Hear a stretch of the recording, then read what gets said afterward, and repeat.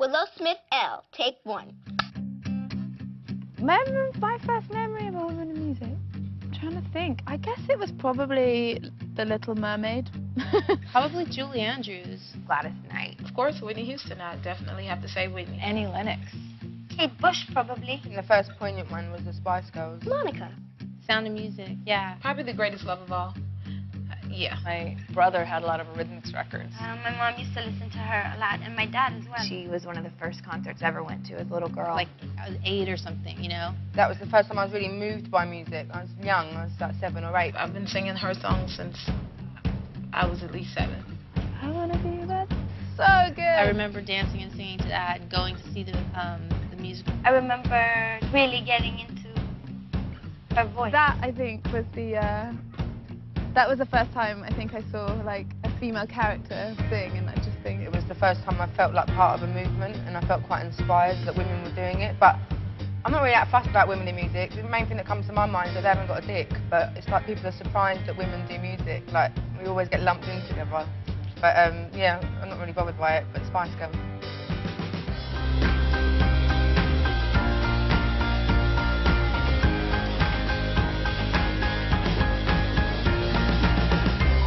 I never dreamed about being a musician or ever considered it. I basically started really getting into music when my brother brought home, like, the Madness record. And then that was like that age where you're trying to kind of figure out who you are, and it was like all these English groups that we got into, all this ska music, and that sort of, I don't know, it kind of defined my style, and just, it kind of created the person that I am right now. Yeah, it was all really my brother's records that were the first records I heard, and yeah, I guess it would have been Annie Lennox, Eurythmics, Hypergraphic. I guess that all took root when I was little. I didn't even really know I could sing, and then we had like a high school talent show, and we played On My Radio by The Selector. That night, that band became like our real band, and the name of that band was Apple Corps, and I don't know, we like practiced a couple times, and then No Doubt happened when I was about 17. I think I was catapulted into the pop industry without really planning for it myself. It just happened, and it was great. It was fun and exciting, and I learned a lot, but it wasn't anything I had chosen. It just kind of happened. It was so much fun, and it was not thought out. It wasn't a dream. It was our procrastination to everything else in our life. We would do our flyers at Kinko's, and they'd be like, oh, yeah, I know you guys. That was like, wow, our band's like getting known. And then on a commercial level, like hearing Just a Girl on K-Rock for the first time, like you just knew, like that song just had this magic to it. Who knew? Like in the middle of grunge, Just a Girl would like get on the radio and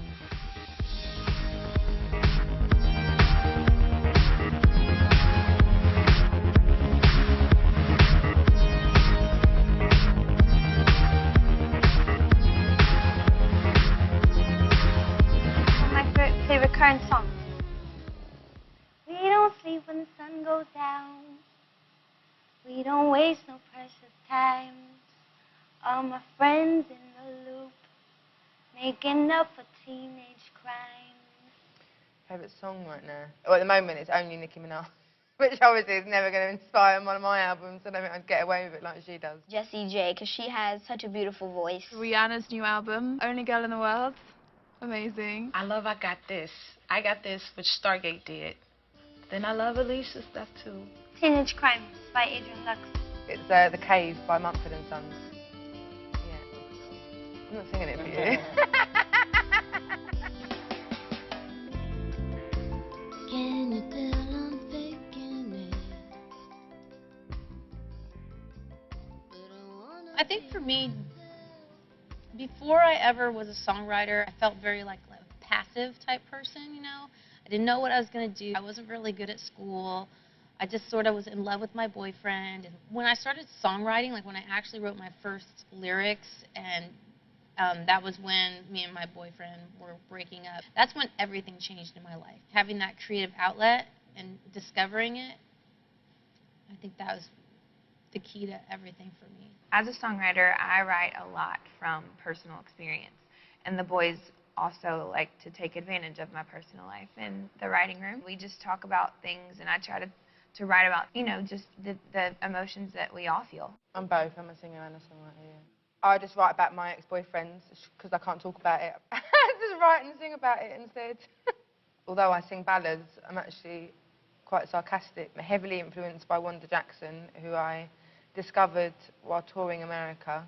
So it's kind of got that fierce attitude thing that she has, like you wouldn't want to fuck with her, but at the same time she's really vulnerable, which is one of my main traits.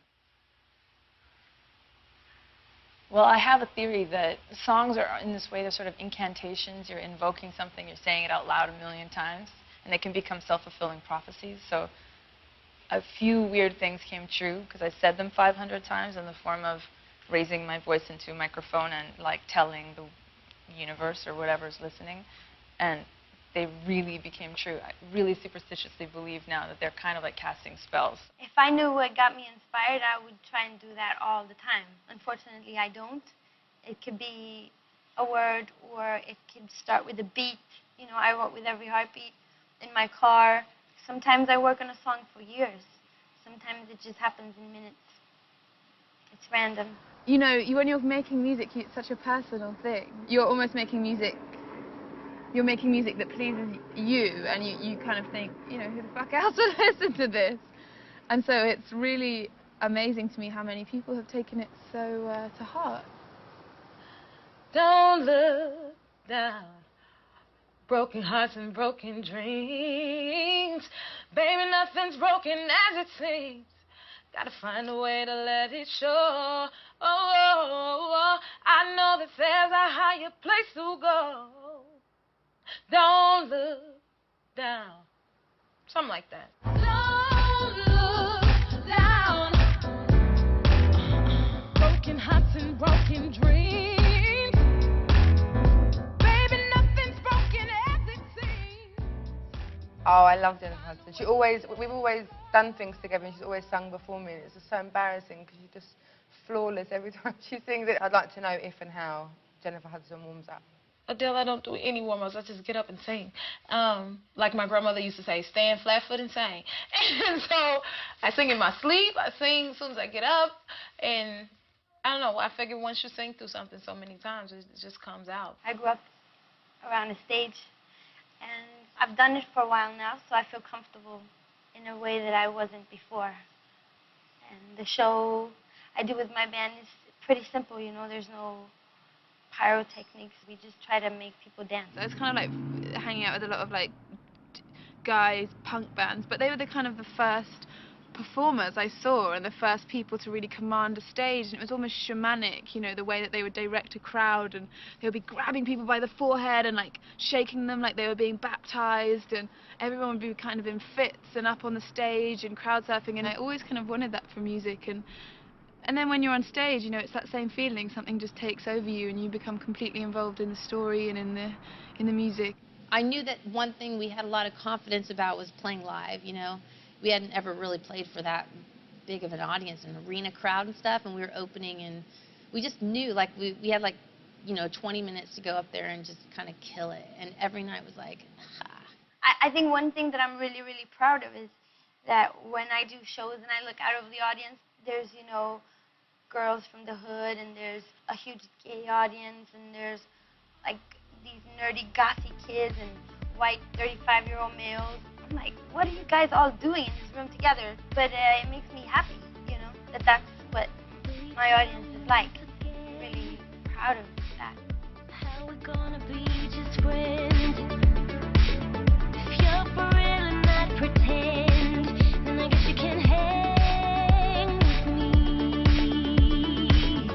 When my patience wearing thin, when I'm ready to give in, will you pick me up again?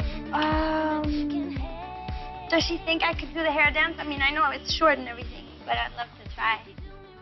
When I whip my hair back and forth, I get dizzy afterward. I feel like your music, if you're saying be yourself and don't let anybody tell you that's wrong, I should be myself and wear what I want to wear. So I kind of put on what speaks to me. Like if I'm feeling happy, I'll put on like bright colors. If I'm feeling like kind of weird, I'll put on like